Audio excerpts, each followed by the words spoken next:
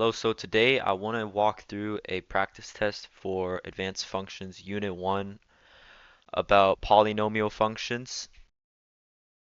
And as you can see, this first part is multiple choice, so why don't we just get started? So first, this is all multiple choice, so it should be fairly easy. It says the restriction on the degree n for all polynomial functions of the form is either n must be non-negative, which is true, n must be a whole number, which is also true, and n is all real numbers, which is also true. So for this question, we're just going to put all of the above. 2. Which function does not classify as a polynomial function? So we know some examples of not polynomial functions are like exponential functions, sinusoidal functions, root functions. So polynomial function is basically it'll be kind of looking like this format. Like you'll have a variable raised to a whole number and a coefficient. So let's go through this. So this is actually a polynomial function because it's raised to a degree of 0. I mean, no, x is raised 0, which is just equal to 1, which makes it seem like there's no x, but you can just imagine there's an invisible x to the power of 0 there. C, y equals 2x squared minus 1. This is definitely a polynomial function. D, y equals negative 2x to the power of 7. So with our last option, this is obviously not a polynomial function because 5x to the power of 1 over 2 is just root 5x, and anyways, we have this rule, we cannot have a fraction or a decimal to a variable raised to the power of a decimal, or not a whole number or a negative number in a polynomial function, which is what we talked about here. N must be a whole number and n must be non-negative, so our answer is B. 3. If the leading coefficient of an odd degree polynomial function is positive, then the function extends from... So if the leading coefficient of an odd degree polynomial, what is the first thing we think about? We think of a linear function, which is just y equals x to the power of 1. If it's positive, then it's just gonna stay like this. It's not gonna have any reflections whatsoever. So what quadrant does this go to? Let's label the quadrants here. It goes to 1 to 3, or you could say also quadrant 3 to 1 if you're looking at it left to right. It looks like none of these start with either 3, so we're gonna go with the assumption that they're going from right to left, and our answer will be A. It goes from the first quadrant to the third quadrant. 5. Which polynomial function has its end behavior extending from quadrants 1 to 2? So, what do we know about end behavior and polynomial functions? We know that if it's going from quadrant 1 to 2, then it's ending here and starting here. And you can already kind of see the shape that it takes. This is going to be like a parabola. Parabola is x squared, which is even. So we are looking for an even polynomial function here. Oh, and also I forgot to mention, since it's extending from quadrant 1 to 2, that means the leading coefficient will also be positive. Because if it was negative, then it would be reflected vertically, and instead it would be going from 3 to 4. So this one, so we're looking for something even. This is an odd degree function. This is also odd. 5, 4, 3, 2, 5. That means it is odd. So negative 4x squared plus 3x4. This is even. And one thing you need to watch out with these questions is these polynomial functions are not always going to be in a standard form. where the highest is going to be first, the highest is going to be in front, and then the lowest, and then like that. They're going to try and put like the leading coefficient in somewhere tricky so you don't go off like, oh, just because like look at the first one is always the highest power, like no. So in this case our answer is B. 6. The graph of an odd degree polynomial function has at least something and something roots and up to has at least something roots and up to something roots. So graph an odd degree polynomial function. We know the first odd degree polynomial function is y equals x to the power of 1. And x to the power of 0 is even. So it would not be that. So we know that it has to have at least one root because the degree in a way tells us the amount of roots. And up to something roots. Now, is there any limitations to how many roots an odd degree polynomial function can have? No. So in this case, we're going to have to go with the 1n, which is any real number. Yeah, any real number. And that's our answer for 6. Now let's go to 7. The graph of an even degree polynomial function can have at least something roots and up to something roots. Okay, so it's like the previous question. So we know the first even polynomial function is y equals x to equals y equals x to the power of 0. So we know it's going to have at least 0 roots and up to something roots. Now, just like the last question, is there any limitations to how many roots it will have? Not unless we have any specific restrictions or anything that is really affecting that. Or I don't even think it would be a polynomial function anymore if it was like that. So our answer would just be B in this case. A odd degree polynomial functions have something absolute maximum minimums.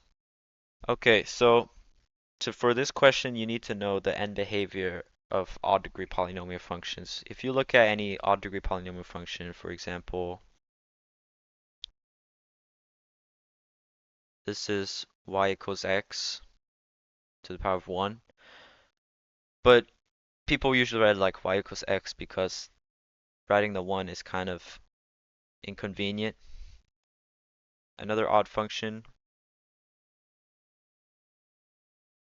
y equals x to the power of 3. Now, something that's going to be in common with all odd degree polynomial functions is always going to, they're either going to be going from um, this direction to that direction, or this direction to that direction. It would never be like this, it would never be like this. Those are even degree polynomial functions. So if you look at, like, say, y equals x, do you see an absolute maximum? We have absolute maximum and minimums with quadratics or even degree polynomial functions because there's somewhere that it kind of starts from the vertex, right? This is a max, this is a min, but we don't have that with odd degree polynomial functions. This goes on to infinity, this goes on to negative infinity. So we can confidently say that odd degree polynomial functions have 0 absolute maximums and minimums. Okay, so 9. Which of the following statements about the function y equals a, open bracket, k, open bracket, x minus d, close bracket, I can't read whatever that is, plus c is not true? A, the value of a represents a vertical stretch or compression. That's true.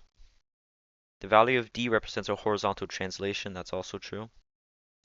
C, the value of k represents the maximum or minimum of the function. So what is k? K is, well, I'll definitely tell you this is our answer because k does not represent the maximum or minimum. K is the horizontal compression or the stretch. of the function.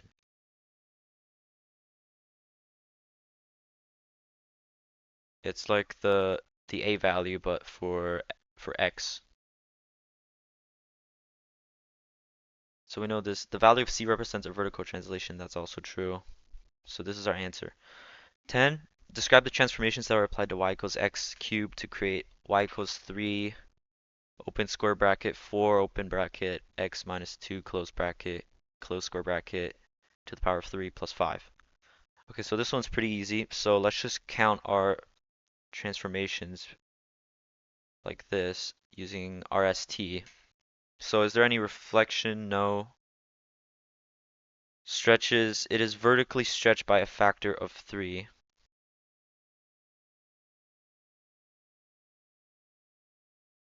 And we know that whatever's in for x, we're going to do the opposite.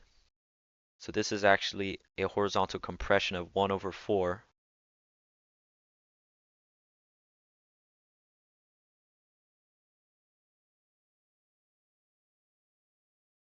Okay. Um, okay.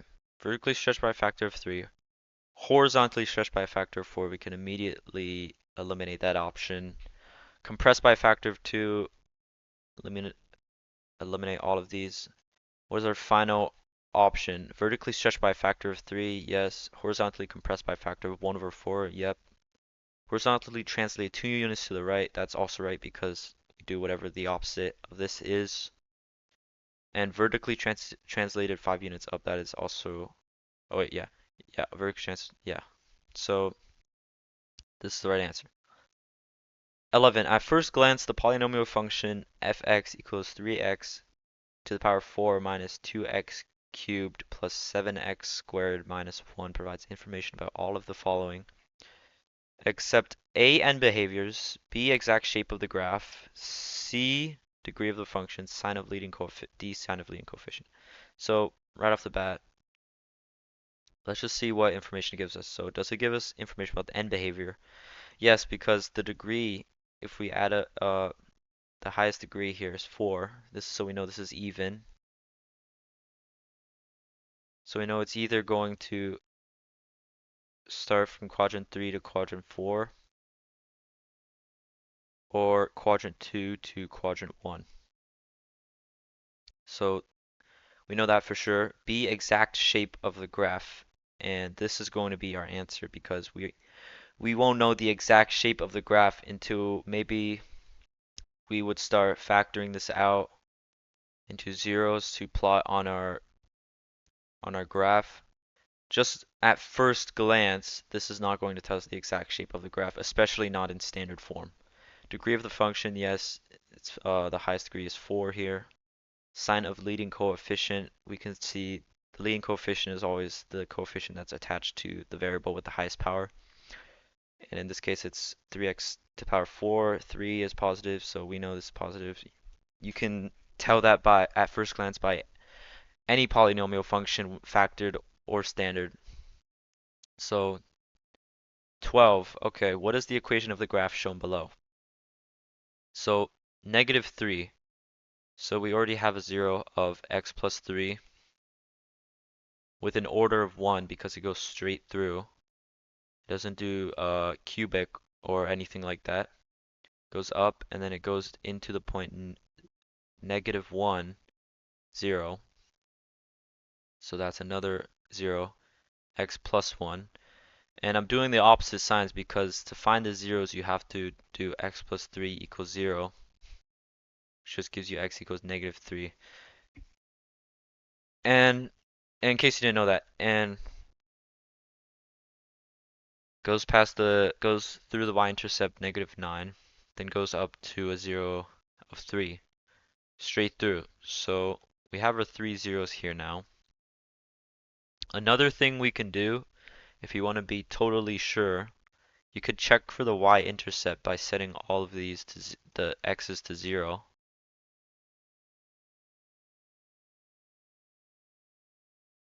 This will be 3, this will be 1, this will be negative 3. 3 times 1 times negative 3 equals negative 9, which is our y-intercept. So So which one of these matches are zeros? X plus 3, x plus 1, x minus 3. X minus 3, x plus 1, x plus 3. This is our right answer. And it doesn't matter the way that it is ordered because for multiplication, it does not matter at all. 13. The degree and x-intercepts of the polynomial function fx equals x, open bracket, x plus 3, close bracket, cubed, open bracket, x plus 1, close bracket, open bracket, x minus 5, close bracket, r. Okay, so the degree. When we're in factored form, to find the degree, we have to add up all of the variables' powers. So this is variable is to the power of 1. This we already have this one is 3. So this is 1 and 1. 1 plus 3 is 4, 4 plus 1 is 5, 5 plus 1 is 6. So we know n is either going to be d or a because it has n equals 6. So we can immediately eliminate these options. X-intercepts of the polynomial function. This will be -3 with an order of 3 or multiplicity of 3 because that is the power on the bracket. X minus 3 or -3 order of 3. These are both order of 1, so these will just be -1 and +5. Now, which one do we see that matches our what we just did? So x equals, oh, yeah, and this is also 0 technically because this is just x minus 0 or x plus 0, which would just be shown as x. So yeah, we also have to account for that. -3, order of 3, -1, 5 divided by 2. Oh wait, sorry, I was reading that one. I was reading the wrong one. N equals 6, x equals 0, -3, order 3, -1, 5. So we know this is our right answer. And it's not this one, because this one is a +3. This one should be negative. Okay. 14. The corresponding graph of the polynomial function fx equals -x. The corresponding graph of the polynomial function fx equals -x, x minus 1 squared times x plus 3 cubed is, so a couple of things to do here. Let's find the sign of the leading coefficient, the degree, and the x-intercepts, and that's all we need to determine which graph this function matches to. So sign of leading coefficient is negative, so we know there's going to be a vertical reflection. A degree, so this is 1, 1 plus 2, 3, 6, 6, which is even. We know for even polynomial functions, it's going to extend from quadrant 3 to quadrant 4. So we can immediately eliminate these options because they are odd polynomial functions and they don't extend from quadrant 3 to quadrant 4. So it's either C or D. Now this is where we look at the x-intercepts. So we have the x-intercept 0, 1 with an order of 2, and -3 with an order of 3. So what does that mean? -3 order of 3, it means that when we pass the point, it's going to be resembling a cubic polynomial function. And for 1, when it passes through, it's actually not going to pass through it. It's going to bounce off and create a parabola-like shape, like we see in a quadratic. So let's identify where our zeros are here. So that's 0. This is 1. But 1 is order 2, so it is actually not supposed to pass through it. It's supposed to supposedly bounce off. So we know it is not this one. It did get the cubic shape right for -3. but it is not C. It is D because it satisfies all our conditions. It's even function. It's negative leading coefficient, so it's going to extend from quadrant 3 to quadrant 4, which it does. Our zeros and 1 of order of 2. See how it doesn't go through it, it bounces off, which kind of creates this parabola shape. And negative 3 order of 3, it resembles a cubic function, right? This is a cubic function. It kind of like goes the opposite way. So we know our answer is D.